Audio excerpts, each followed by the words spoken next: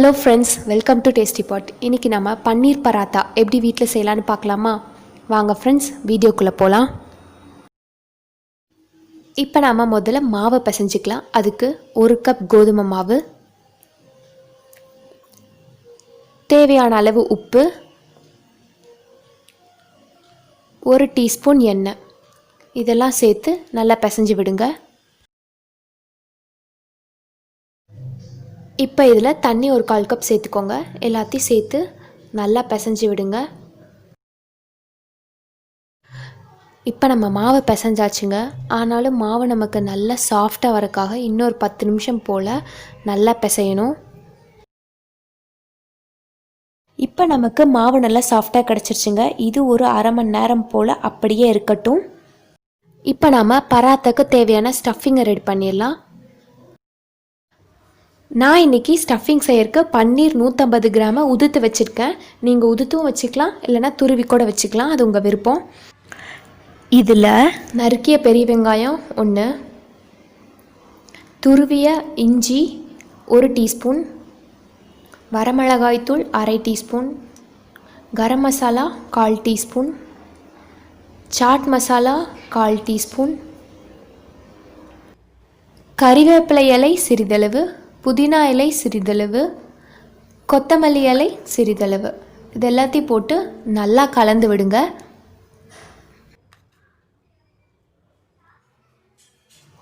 இப்போ நாம் இதில் உப்பு சேர்த்துக்கலாம். உப்பு தேவையான அளவு, இதையும் சேர்த்து நல்லா கிளறி விடுங்க.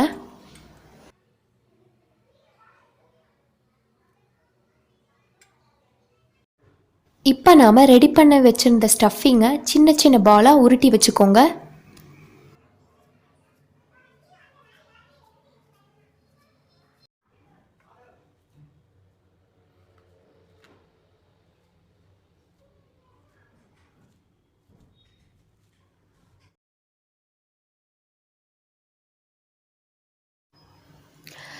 இப்போ நான் எல்லா ஸ்டஃபிங்கையும் பால் மாதிரி உருட்டி வச்சாச்சுங்க.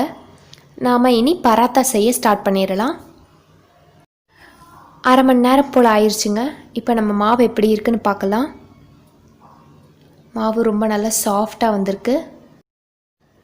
இப்போது சப்பாத்தி கட்டை எடுத்துக்கோங்க. அதில் கொஞ்சமாக எண்ணெய் தடவிக்கோங்க. எண்ணெய் தடவிட்டு நம்ம செஞ்சு வச்சுருந்த சப்பாத்தி மாவுலேருந்து உருண்டை பிடிச்சிட்டு அதில் ஒரு உருண்டையை அதில் வச்சுக்கோங்க. நம்ம நார்மலாக சப்பாத்திக்கு தேய்க்கிற மாதிரி இந்த மாவை தேய்ச்சி வச்சுக்கோங்க.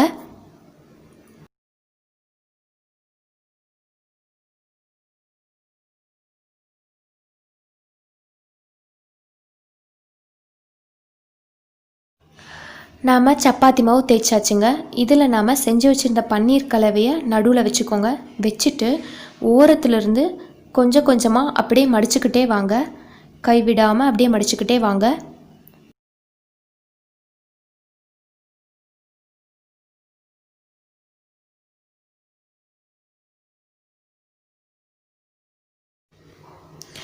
இப்போது இதில் எக்ஸஸாக மிஞ்சி இருக்க மாவை தனியாக எடுத்து வச்சுருங்க. அது நமக்கு தேவையில்லை.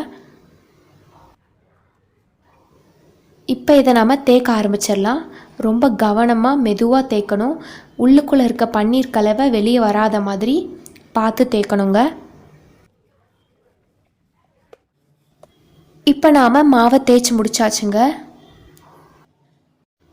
உங்களுக்கு பராத்தா ஈவனாக நல்லா சர்க்கிளாக வேணும் அப்படின்னு நினச்சிங்கன்னா ஒரு பவுலை குப்பரக்காக கமுத்தி அதோட அச்சை நல்லா விட்டு கத்தியை வச்சு கொஞ்சம் கொஞ்சமாக அதோட ஓரத்தை கிழித்து நீங்கள் இந்த மாதிரி சர்க்கிள் எடுத்துக்கலாம், ஒரே ஈவனாக கிடைக்கிறதுக்காக. இது உங்களுக்கு ஆப்ஷனல் தான், உங்களுக்கு வேணும்னா செஞ்சுக்கலாம், இல்லைனா நீங்கள் அப்படியே கூட போட்டுக்கலாம்.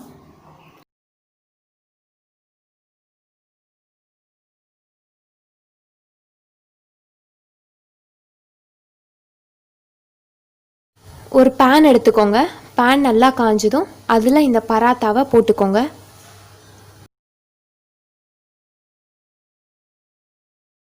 இப்போ பராத்தா நல்லா வெந்துருச்சுங்க. இந்த பராத்தா மேலே கொஞ்சமாக நெய் அல்லது எண்ணெய் லேசாக தடவிக்கோங்க. தடவிட்டு நம்ம சர்வ் பண்ணால் இந்த பன்னீர் பராத்தா ரெடி ஆயிடுச்சுங்க.